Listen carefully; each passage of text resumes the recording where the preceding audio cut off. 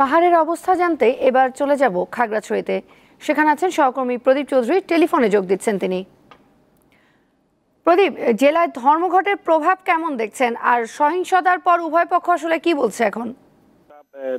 একজন বাঙালি যুবককে চোর সন্দেহে গণপিটুনিতে হত্যার পর থেকেই গত কয়েকদিনে খাগড়াছড়ির পরিস্থিতি আসলে খুব ভালো ছিল না। গতকাল রাতটা ছিল মানুষের জন্য খুবই উত্তেজনাকর, ভয় এবং আতঙ্কের। যদিও বা রাত ৯টা পর্যন্ত ১৪৬ ধারা বলবৎ ছিল।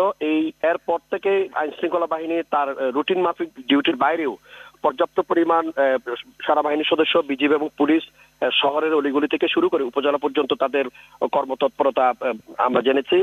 এর বাইরে আজকে সরকারের ৩জন গুরুত্বপূর্ণ উপদেষ্টা আসবেন। তারা হেলিকপ্টার যোগে ২:৩০ নাগাদ এসে পৌঁছানোর কথা। তারা বিকেল ৩টায় জেলা প্রশাসকের সম্মেলন কক্ষে একটি গুরুত্বপূর্ণ মিটিং করবেন, যেখানে আইন শৃঙ্খলা সংক্রান্ত অংশীজন এবং বিভিন্ন গুরুত্বপূর্ণ রাজনৈতিক দলের প্রতিনিধিদের সাথে তারা কথা বলবেন বলে আমরা জেলা প্রশাসকের কাছ থেকে জানতে পেরেছি। আর গতকাল ঢাকা শাহবাগের বৈষম্য বিরোধী পাহাড়ি ছাত্র আন্দোলন থেকে ঘোষিত দিঘিনালার ঘটনার পরিস্থিতির কারণে যে ৭২ ঘন্টার টানা অবরোধ, সে অবরোধ আসলে সকাল থেকে শুরু হয়েছে। তো অবরোধের অবস্থা যদি বলি, এই সময়ে খাগড়াছড়িতে এখনকার সময়ে আজকে শনিবার, এই সময়ে শহর জমজমাট থাকার কথা, কিন্তু আসলে শহরে শুনশান নীরবতা।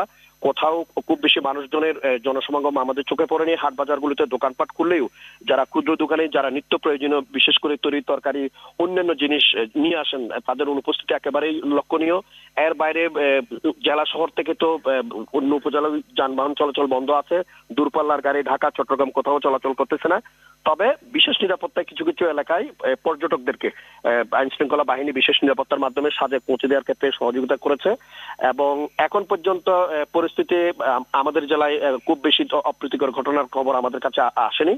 তো আমরা আশা করি যে বিকেল ৩টায় যে বৈঠকটি হবে, সেই বৈঠকটিতে সরকারের অত্যন্ত গুরুত্বপূর্ণ উপদেষ্টা, স্থানীয় সরকার পল্লী উন্নয়ন সময় উপদেষ্টা অ্যাডভোকেট FM হাসান আরিফ, স্বরাষ্ট্র মন্ত্রণালয়ের উপদেষ্টা লেফটেন্যান্ট জেনারেল অফিসার পদে জাহাঙ্গীর আলম চৌধুরী এবং পার্বত্য চট্টগ্রাম বিষয়ক মন্ত্রণালয়ের উপদেষ্টা জনাব সুপ্রদীপ চাকমা তারা আসবেন। তো যেহেতু তারা আসবেন, তারা সবার সাথে কথা বলবেন এবং এখানকার নানা শ্রেণী পেশার মানুষজন আশাবাদী যে তারা আসার পর এখানকার আইন শৃঙ্খলা পরিস্থিতি এবং সম্প্রীতির যে পূর্ব অবস্থা ছিল সেই পরিস্থিতি ফিরে আসবে বলে এখানকার মানুষ অত্যন্ত আশাবাদী।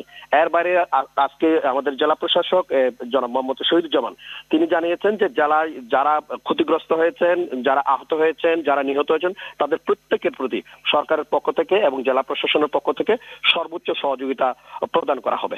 এই ছিল আমার কাছে খাগড়াছড়ির সর্বশেষ অবস্থা।